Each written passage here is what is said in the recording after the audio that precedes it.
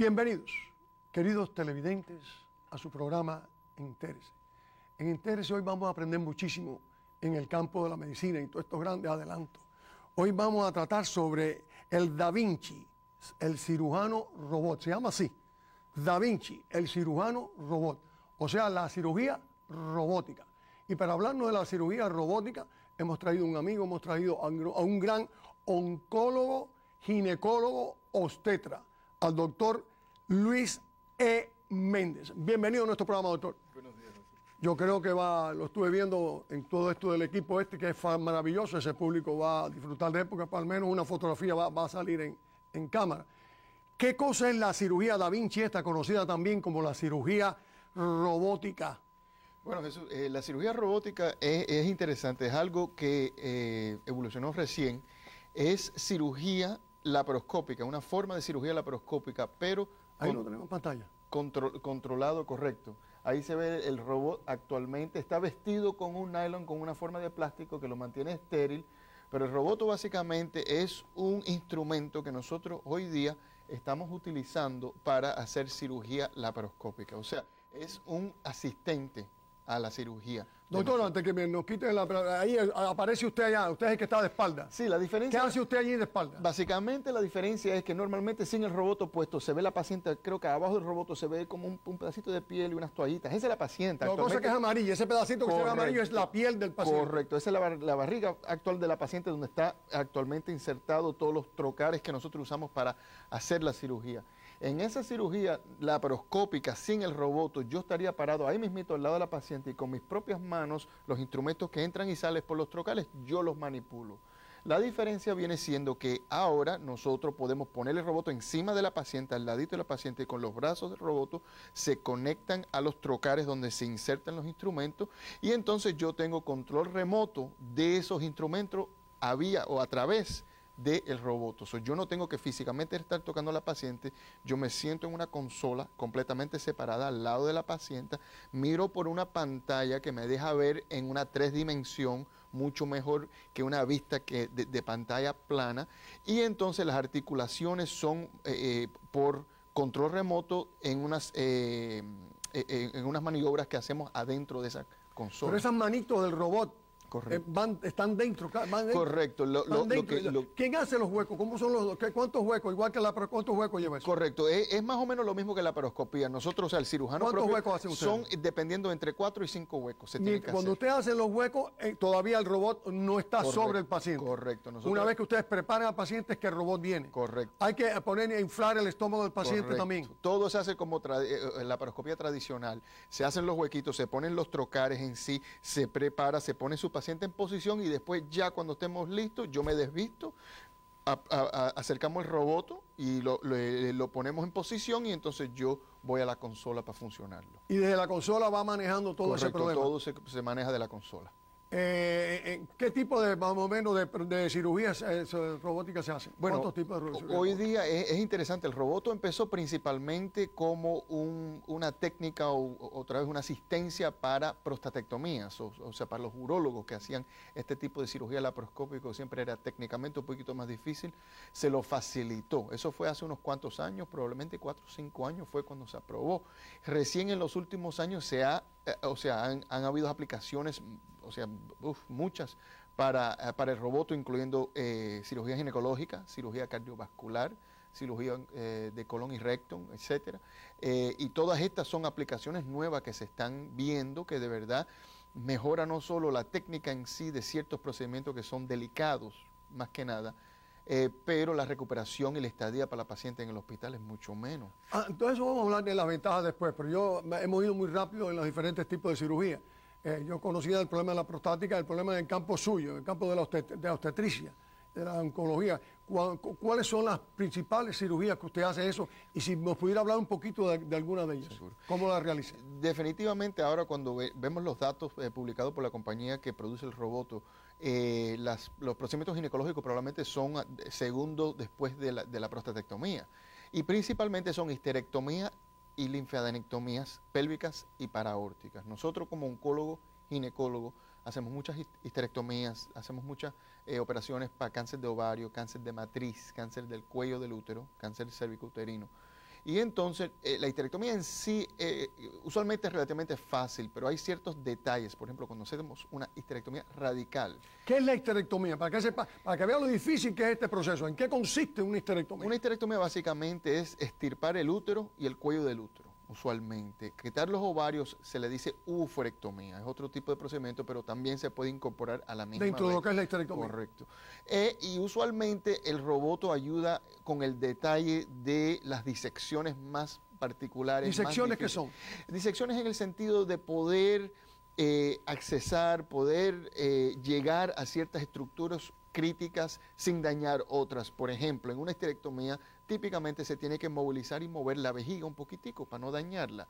A veces el desarrollo de ese plano, o sea, la habilidad de poder separar la vejiga al útero, a veces es un poquito difícil porque están... Con las manos. Exacto, con las manos o con la laparoscopía regular, que son como los palitos. Ajá. El roboto como nos da unas articulaciones internas del paciente, o sea, actualmente físicamente la punta del instrumento robótico tiene una articulación como una muñeca humana, que no tuviera cuando es laparoscopía rutinaria porque es un palito directo así, o sea, no tiene la habilidad de articular.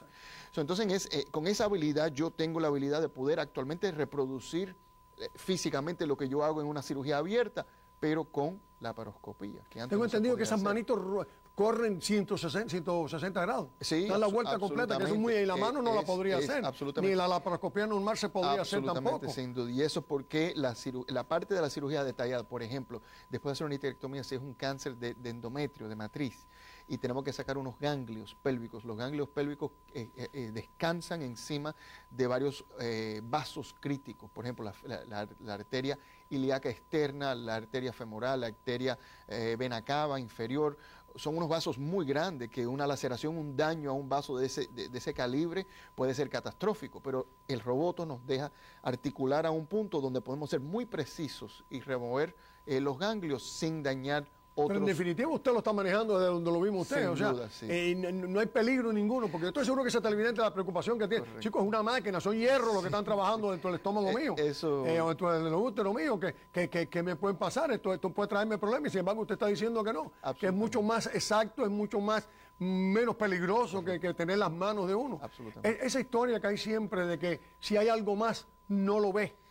¿Cuánto hay de verdad o mentira en eso? Que abierto usted tiene más oportunidad de ver más que a base de los huequitos y el robot. Es interesante porque yo tengo que pasar mucho tiempo, de verdad, aconsejando a los pacientes cuando primero vienen al consultorio para cirugía, en tratando de explicarle que hoy día no es de verdad lo mismo como pensábamos hace 10 o 15 años. Antes era, bueno, ábreme por favor y mira todo, estate seguro que todo esté bien.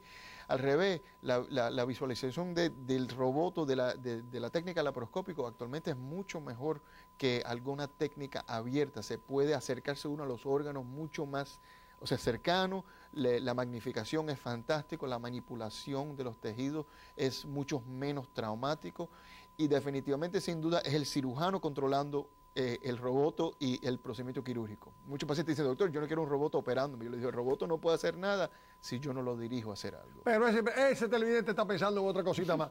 Y si en el momento que usted está haciendo todo eso, pero que es mecánico, se para. Buena pregunta. ¿Qué pasa? Sí, muy buena pregunta. Actualmente la compañía siempre ha dicho y nos deja saber como cirujanos que la máquina en sí, por ejemplo, tiene una batería por si se va toda la electricidad, hay un huracán y toda la electricidad del hospital, que es muy difícil porque usted sabe, nosotros los hospitales siempre tienen generadores, etcétera, pero vamos a decir que todo se va.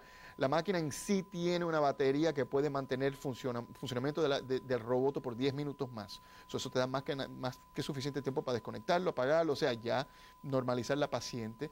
Y además de eso, hay botones, hay mecánicas que el robot no puede hacer a menos esté en cierto modo. O sea, no puede hacer algo, un gesto muy brusco si tú de verdad no lo estás haciendo tú mismo como cirujano. O sea, de verdad es imposible que el robot empiece a hacer cosas por su propio. ¿Me entiendes? No es algo que es un riesgo, tiene riesgo y si yo le doy a una vena y lo corto, lo va a hacer, va a reproducir mi acción, pero nunca haría una acción sin dirección del cirujano. Sin una orden. Correcto. Y la extracción, porque estoy viendo que están cortando muchas cosas en esta parte, en una histerectomía se corta un montón de cosas. Correcto. ¿Cómo sacan todas esas cosas que son más grandes que el hueco? Correcto, muy buena pregunta. Muchas veces, interesantemente, no le puedo comentar obviamente en cirugía urológica porque no hago eso, pero en ginecología, por ejemplo, después de una histerectomía, nosotros hemos soltado el cervix, el cuello del útero y el útero de la vagina. Entonces la vagina queda abierta.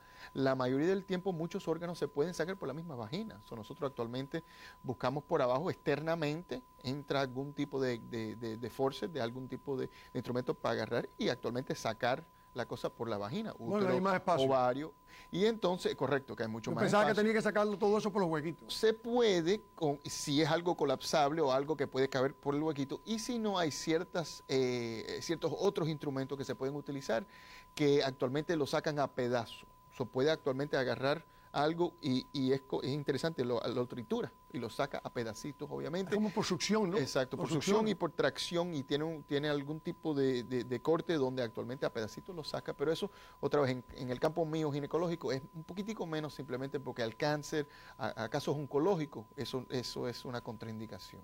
Doctor, ¿usted considera entonces que este robot, esta cirugía robótica, va a sustituir a la cirugía tradicional completamente?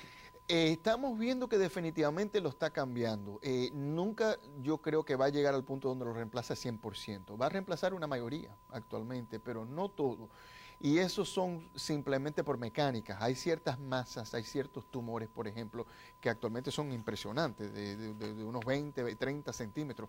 Esas masas son imposibles de resectar con el robot, simplemente porque absolutamente no hay suficiente dimensión del abdomen para poder entrar robóticamente y tener el espacio para trabajar. Esas son pacientes que usualmente se tiene que hacer una herida abierta. Pero el robot en sí, reemplazar la técnica de la laparoscopía, tampoco 100%, porque hay ciertos casos laparoscópicos que son muy fáciles y no creo que necesariamente requieren la asistencia del robot. El caso de los fibromas, por ejemplo, que yo iba a decir, no, le sacaron un fibroma de 2 libras. ¿Por dónde saca eso? Ni útero, ni por nada. Correcto. ¿Por dónde saca? Hay ciertos que yo he hecho robóticamente que son impresionantes porque tú lo ves. Bueno, y si ve un fibroma grandísimo, eso, ¿cómo lo saca? Ese se tiene que triturar. Este tiene que ser un instrumento que se llama el morcellator. Y mientras lo tritura no hay un sangramiento ahí adentro tremendo. No, porque se ha controlado. Se ha hecho el procedimiento, se ha despegado, está todo controlado y entonces uno lo saca a pedacitos cuando ya está devascularizado. Pero es muy interesante. Actualmente yo he sacado masas, te digo, 10, 12 centímetros, 15 centímetros, robóticamente a pedacitos cuando es un fibroma simple. Otra vez, algo que no se debe hacer cuando es un caso oncológico. En este caso, cualquier médico que sea obstetra, ginecólogo, puede hacer, porque todos los obstetras hacen cirugía, pero cualquiera de ellos puede manejar ese instrumento, o eso hay que ir a unos entrenamientos especiales. No, usualmente es algo bastante limitado y la compañía ha tratado de ser limitada en el sentido de tratar de identificar médicos que sean mejores, o sea, o que tengan la experiencia para poder hacer este tipo de cirugía, porque no es rutinario. Pero definitivamente hay muchas oportunidades. Se tiene que viajar usualmente a un centro de entrenamiento donde se hace un curso de un día o dos, repasando las técnicas básicas, haciendo un laboratorio de animal, practicando. Tiene uno entonces que venir, observar 2 o 3 casos de ya un cirujano robótico y después tus primeros 2 o 3 casos tienen que ser observados por un cirujano para entonces ser certificado. Quiere decir que hoy en día se ve que muchísimos cirujanos, yo diría que casi todos hacen la laparoscopía, que son de huequitos. El hecho de que el cirujano haga la laparoscopía no quiere decir que pueda hacer la robótica. De ninguna manera. Se diferencia, a pesar de que son 3 huequitos, 4, y que lucen más o menos lo mismo. Y a la misma vez, un cirujano robótico tiene que ser un muy buen cirujano laparoscópico, por las mismas razones que usted dice. Si hay un problema, si el robot no te funciona, algo, o sea, al momento tú pensabas que entras a empezar a hacer el procedimiento, pero ves que por cualquier razón el robot no se aplica a este tipo de casos, tiene que poder terminar el procedimiento laparoscópico sin la asistencia del robot. Siempre los dos son muy importantes. No solo ser buen cirujano robótico, pero sino tiene que tener una base laparoscópica fuerte para poder... Sí, hay que tener conocimiento, experiencia, práctica, una serie de detalles que eso no es de tomar y comer. Correcto. Las ventajas. ¿Cuáles son las ventajas que tiene este tipo de cirugía? Desde el principio, de todo, de la anestesia, de la operación, de todo eso, ¿cuáles son las ventajas? Definitivamente, como todo, tiene sus beneficios y su otro riesgo en el sentido de no beneficiar en sí la paciente. Te diría que inicialmente cuando uno está aprendiendo a hacer o está haciendo su cirugía robótica al principio, va a haber un periodo donde se está aprendiendo y se toma más tiempo. Sin duda, una histerectomía, por ejemplo, que yo hago robótica, ahora no puede comparar con la que hice hace un año, porque ya la técnica la tengo un poquito con más y entonces el tiempo quirúrgico es menos comparado cuando primero empecé a hacerlo hace 2 o 3 años. Es algo que en sí, bueno, eso es más tiempo anestético, más tiempo en el salón.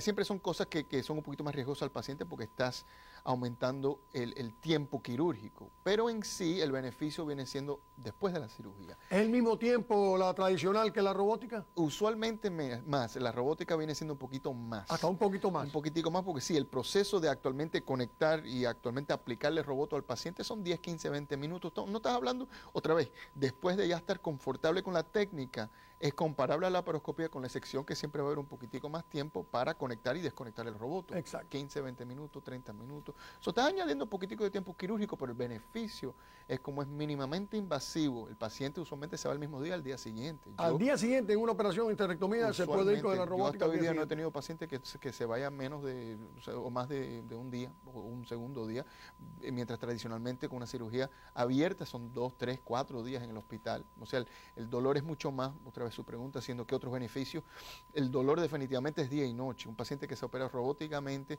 las incisiones le molestan porque son incisiones pequeñas, pero honestamente la mayoría de los pacientes casi ni toman magnesia para el dolor, toman Tylenol o Motrin o algún tipo de fórmula donde no es bien potente porque no tienen mucho dolor, ambulan bien, o sea, el movimiento es mucho más tolerable para el paciente inmediatamente posquirúrgico. Y definitivamente los riesgos de infecciones, de otros problemas de herida en sí no existen porque son heridas chiquitas comparadas con las complicaciones que hay en una cirugía tradicional, las complicaciones o morbilidad, podríamos llamar, en una cirugía robótica, ¿cuál es? La morbilidad viene siendo más o menos lo mismo en la laparoscopía y la laparoscopía robótica o cirugía robótica. Viene siendo un poquito diferente de la cirugía abierta. La cirugía abierta siempre tiene más complicaciones con obstrucciones intestinales, sangramientos, infecciones. Obviamente, un procedimiento abierto es más invasivo. De verdad, el roboto en sí no cambia la incidencia o la morbilidad que se presenta al paciente, aunque como ahora estamos viendo un poquito más de datos a largo plazo, se piensa que va a ser menos porque está más preciso la disección. O sea, la habilidad de hacer un procedimiento con más precisión se piensa que es mejor para reducir la morbilidad, porque no estás, por ejemplo, dañando tejido en exceso, no estás teniendo que manipular mucho tejido normal, puedes enfocarte en la precisión que debe ser algo que a largo plazo vamos a ver menos morbilidad. Las famosas adherencias que se ven en las cirugías normales, que fulana, oye, le salió adherencia aquí y allá, pues mujeres que han tenido que operarse 2 o 3 veces, tienen unos problemas de adherencia que se llegan a complicar. En la cirugía robótica se puede producir las mismas adherencias. Mucho menos, absolutamente. Siempre se pueden producir porque estás introduciendo algo en el abdomen. Eso ya es el acto suficiente para formar adherencia, pero la realidad es que es mucho, mucho menos. Y raro si se ve un paciente que tiene problemas o complicaciones postquirúrgicas con adherencias después de haberse operado robóticamente o laparoscópicamente. ¿Cuándo puede regresar al trabajo? Yo tengo muchos pacientes interesantes. Yo tengo muchos pacientes que a veces me preocupa porque cuando uno se pone a pensar en la teoría, internamente la paciente tuvo el mismo procedimiento. O sea, una histerectomía es una histerectomía. En sí, quitaste el útero y el cuello del útero, quitaste los ovarios y los ganglios. El procedimiento en sí es igual. La técnica de poder hacer eso es diferente. Robótico, abierto, laparoscópico. Internamente la paciente se ha hecho el mismo procedimiento. Y actualmente el problema que tengo yo a veces es que los pacientes se sienten tan bien, mucho más rápido con los procedimientos laparoscópicos y robóticos que quieren hacer mucho muy pronto. Yo he tenido pacientes que a la semana se sienten perfectamente bien y quieren estar 100% en su actividad, su ejercicio, su vida sexual con su marido, etcétera, etcétera. Y de verdad no es tiempo en una semana para estar 100%. Mientras la paciente que que hace la cirugía abierta, obviamente tiene tanta molestia, tanto dolor, que por 3, 4, 5 semanas ni piensa en esas cosas, nada más que quiere reposar, toma su medicina para el dolor y está en cama. Las pacientes robóticas y laparoscópicas en una semana o 2 están súper bien, pero honestamente en ese momento todavía no pueden estar activas, todavía no deben hacer ejercicio, todavía no están haciendo pesas, ese tipo de cosas, porque todavía internamente están sanando de su procedimiento, pero en sí, en sentirse, se sienten fantásticos. Y algo que yo estoy seguro que las mujeres que están viendo y mujeres jóvenes que están viendo el programa les interesa la respuesta, ¿no? Estéticamente, hoy que se usa tanto el famoso bikini, la tanga, toda esta mano de cosas, una mujer operada de histerectomía o cualquiera de las operaciones que se hacen en esta área, en las áreas vaginales, La diferencia supongo que debe ser grande. Sí, definitivamente. Las cicatrices, todo ese lío. ¿Qué me puede decir de eso? Eso siempre varía. Tratamos nosotros hoy de no hacer las tradicionales incisiones esas verticales, que son las que traen no solo más morbilidad física para la paciente en el sentido de infecciones, sangramiento, etcétera, pero sino en el sentido cosmético. Se trata de hacer las incisiones transversas bajas. Esas son incisiones bastante buenas porque siempre están en el bikini, como le dicen, el bikini, y se pueden esconder. Los robóticos sí definitivamente son un poquitico más altos. No son unos que las mujeres en sí, por ejemplo, en su bikini pueden esconder fácilmente porque están alrededor del ombligo. Pero como son tan chiquiticas, de verdad, a largo plazo esas incisiones casi ni se ven. Van desapareciendo. Definitivamente. ¿Hay algún tipo de seguro que cubra este tipo? O sea, ¿es lo mismo que los otros? ¿Las tradicionales son cubiertas por los mismos seguros que la robótica o son un seguro que necesita ciertas especificaciones? Sí, como todo en la medicina, la parte administrativa y la parte en el sentido del reembolso para los hospitales, para los médicos, etcétera, no está al día con la tecnología. Hoy día igual se paga no solo al hospital, sino al médico, a todo el mundo por una cirugía robótica versus una cirugía laparoscópica. Es igual, no hay diferencia, aunque sabemos, número uno, que la robótica probablemente tiene menos morbilidad y es mejor para la paciente, y para el hospital realísticamente es un gasto bastante grande. Una máquina de esto, un robot, cuesta cerca de $2 millones. Esa es la pregunta que le iba a hacer, ¿no? Nada más que para comprarlo 1.8, 1.6 millones de dólares, y entonces nada más que para comprar el equipo, no solo para entrenar. Que cuesta otro tanto. Todos los instrumentos que son hasta cierto punto desechables, porque se usan 10 veces, de 8 a 10 veces los instrumentos, y entonces se tiene que botar y comprar nuevos. De verdad, el gasto en sí para mantener un programa robótico en un hospital es un gasto muy grande. Eso es bueno que el televidente lo vea, pues como se critica tanto los hospitales por sus costos y demás, y hoy que se está pensando en la socialización de la medicina, cuando uno piensa, vamos, podíamos pensar más fácil en eso cuando lo único que había era radiografía, ¿no? Pero hoy con todos estos equipos de Maraya, ahora mismo te está diciendo que una cosa, nada más que por un tipo de operaciones más o menos, estamos hablando de 2 millones de pesos, más lo que cuesta el entrenamiento, más todo ese lío. Alguien tiene que pagarlo porque esos son negocios, más esos no son caídos del cielo para hacer obras de caridad, son negocios, o sea, encarece, todo esto encarece todo. Y eso, cuando miras Jesús, que si pudiera hacer con una herida y ahorrarse miles y miles de dólares, de verdad para el hospital se le tiene que dar algún tipo de reconocimiento al hospital, porque de verdad en sí están tratando de pensar en el paciente con esta tecnología, porque la mejoría es para el paciente, hasta para el médico es más difícil, toma tiempo de entrenamiento, es un procedimiento más largo. O sea, si yo puedo hacer 3 cirugías robóticas en un día, maybe abierta o con otra técnica, puedo hacer 4 o 5, obviamente para mi práctica me toma tiempo, me quita tiempo de mis pacientes, es un tipo de situación donde uno tiene que de verdad aceptar y querer y tener un interés personal en la tecnología, porque sabe uno a largo plazo que va a ser mejor para los pacientes, pero hoy día todavía todo viene siendo igual, es una tecnología muy costosa y de verdad otra vez los hospitales ahora recién, uno como médico y cirujano siempre le dice, bueno, no, cómpreme esto, no, yo me voy a este hospital porque nunca están de acuerdo, exacto, están siempre amenazando. Pero honestamente, hay muchos hospitales en Miami que realizan, que tienen esta máquina. Muchos de los hospitales recientemente, en los últimos meses actualmente, han habido 2 o 3 hospitales que han actualmente comprado un robot viendo la necesidad de tener esta tecnología. Hay otros que ya lo tenían por un tiempecito, que tienen programas mucho más maduros. Pero se ve que ya poco a poco están incorporando la mayoría de los hospitales principales aquí en Miami. ¿En qué hospitales usted? Bueno, yo lo conozco, lo he visto hacer la operación en el Kendall, que es mi hospital de trabajo, pero usted va a otro hospital. No, sí, el Kendall Regional ahora recién fue el hospital que lo compró en el último mes, y yo hice el primer caso robótico ahí hace unas cuantas semanitas. El sistema de Baptist tiene uno también en el South Miami Hospital, donde yo hago la mayoría de los procedimientos en los últimos año y medio, los he hecho ahí. El Hospital Mercy también ha comprado un robot ahora en el último mes y se va a aplicar y empezar a usar. O sea, es algo reciente en esta ciudad, el problema del robótico, ¿no? Definitivamente. Muy bueno, muy bueno. Doctor, nos quedan todavía unos minutos y a traerlo usted aquí me ha costado mucho trabajo. No es fácil traerlo, doctor, un hombre que tiene mucho trabajo en este campo robótico en estos momentos. Así que como obstetra, como ginecólogo, quisiera que entráramos un poquitico más a fondo. Si es que tiene algo más que decir en la cirugía robótica. No, es algo que definitivamente... Que no debe tenerse miedo. Absolutamente, no le tienes miedo. Siempre es tu cirujano controlando el robot. No se hace nada sin dirección de tu cirujano. Pregúntale a su médico acerca de la tecnología. Hay ciertos pacientes que son candidatas, otras que no, porque también tengo muchos problemas, Jesús, en el sentido que pacientes vienen y dicen, doctor, yo quiero mi cirugía robótica, y es una cosa que de verdad, número uno, o no hay necesidad o no es candidata para ese tipo de procedimiento, y a veces los pacientes no lo entienden y insisten, o al revés, otros dicen, no, quiero abierto como hablamos nosotros porque ves mejor, y tienen que entender que la tecnología ha mejorado eso, donde de verdad ese tipo de técnica robótica sería mejor para esa paciente. So, siempre hable con su médico. Ya lo que nos quedarán son unos 2 o 3 minutos. En esos 2 o 3 minutos usted en la obstetricia, en su cirugía obstétrica, el problema de cáncer, en la parte esa del útero, ¿cuáles son los cánceres más frecuentes en que usted se ve envuelto? Hoy día, interesantemente, gracias a Dios por la existencia del Papa Nicolau, hemos visto en las últimas 2, 3, 4 décadas una reducción en el cáncer cervicouterino increíble, fantástico. Todavía se ve definitivamente, y la histerectomía radical por cáncer cervicouterino existe, pero se ve mucho menos. Hoy día lo que estamos viendo nosotros mucho son cánceres de endometrio, de la matriz, y cánceres de ovario también. El cáncer de ovario es mucho más mortal porque es más difícil detectar y se puede avanzar en una manera asintomática. El cáncer de la matriz viene siendo la más común y una de las más fáciles para detectar y para tratar, porque casi siempre se detecta en una estadía bien temprana.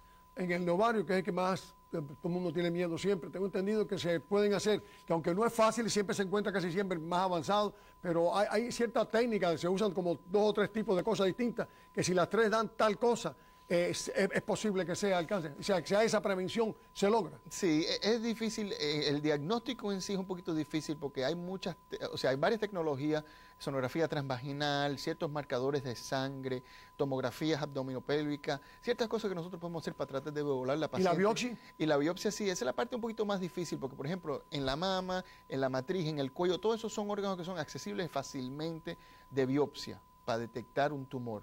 Los ovarios son muy difíciles porque son órganos internos. Es como decir, bueno, voy a hacer una biopsia del páncreas o voy a hacer una biopsia del intestino. Bueno, eso no es fácil porque es un órgano interno y la mayoría del tiempo de verdad no se sabe hasta el momento de operar a una paciente para sacarle una masa. Pero otra vez, esa masa ya puede ser maligna. La idea es prevenir y tratar de evitar llegar a ese punto, como existe para el Papa Nicolau, como existe para el seno, como existe para el colon, la colonoscopía. Hoy día desafortunadamente no existe un diagnóstico precoz, algún tipo de prueba que podemos hacer. ¿Qué puede hacer la persona, la paciente, que nada, esperar que se aparezca? La mejor cosa es siempre ir a tu ginecólogo todos los años, una vez al año, hacerse el tacto y cualquier sintomatología que la paciente tenga para cáncer de ovario, que a veces son no específicas, de verdad no son gastrointestinales, usualmente una distensión abdominal, una mala digestión, etcétera, etcétera. Siempre menciónselo a su ginecólogo. O sea, no hay un síntoma, nada, no hay una cosa, cuando aparece consecuencia buscando otra cosa, aparece ella. Y la morbilidad de la operación para cáncer de ovario, sí. Otra vez, también estamos tratando de ver si podemos entrar el robot en el campo quirúrgico. Pues si el robot pudiera entrar, ahí pudiéramos hacer maravilla. Absolutamente, si se pudiera detectar en una estadía temprana, y ese es el punto clave. Si pudiéramos detectar cáncer del ovario en una fase temprana, donde se puede resectar sin haberse regado, y posiblemente dar o no dar quimioterapia, o sea, algún tipo de tratamiento en tratar de mejorar la sobrevida, entonces eso es donde curamos los pacientes. Doctor, no podemos seguir, el mismo problema de siempre, el tiempo nos condena. Sin más, dándole las más expresivas gracias al doctor Luis Jiménez, ginecólogo, tetra, oncólogo, y que nos ha informado muchísimo hoy sobre la cirugía de robótica. Mira, hasta la palabra robot ya está. Se despide de ustedes. Hasta el próximo domingo. Jesús Angur.